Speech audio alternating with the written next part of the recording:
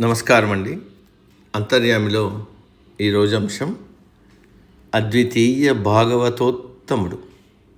మనకు అందించిన వారు వెంకట్ గరికపాటి గారు.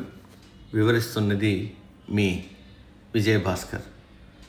తెలుగు పాటకు ప్రాణం పోసి పల్లవి చరణాలనే అందమైన ఆహార్యాన్ని పాటకు అలంకారాలుగా పొదిగిన సాహితీ సృష్టికర్త, పద కవితా పితామహుడు అన్నమయ్య.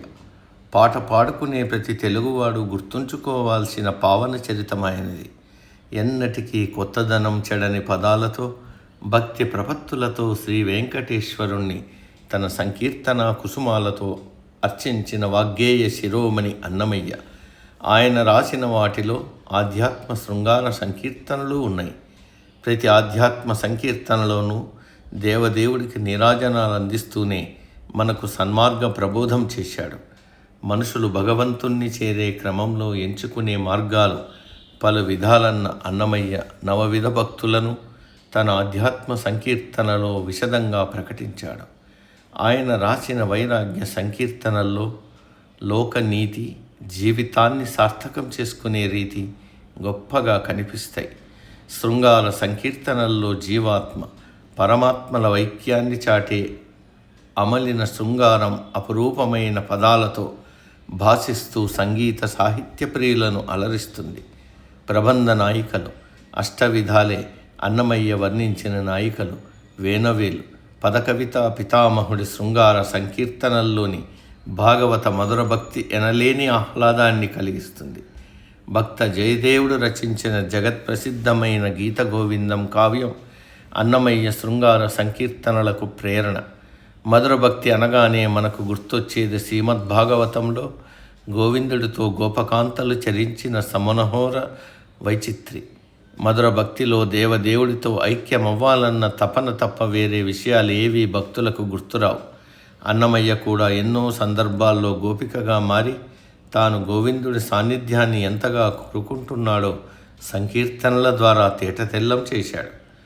దైవం ఎవరైనా వారిలో శ్రీ వెంకటేశ్వరుడి దివ్యమంగళమూర్తినే అన్నమయ్య దర్శించాడు.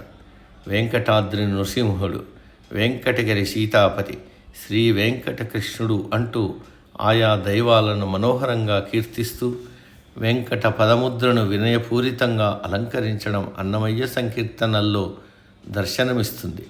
రాముణ్ణి కీర్తిస్తూ రావణాంతకుడు రాజశేఖరుడు, శ్రీ వెంకటగిరి సీతాపతి అంటూ మిత్రులతో ఆడి పాడి వచ్చిన కృష్ణుణ్ణి అందపు శ్రీ వెంకటేశుడాడి వచ్చే నిదే వీడే అంటూ కీర్తించి తరించాడు.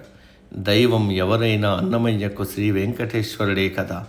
వర్ణనా వైవిధ్యానికి అన్నమయ్య సంకీర్తనలు నిలువెత్తు నిదర్శనాలు.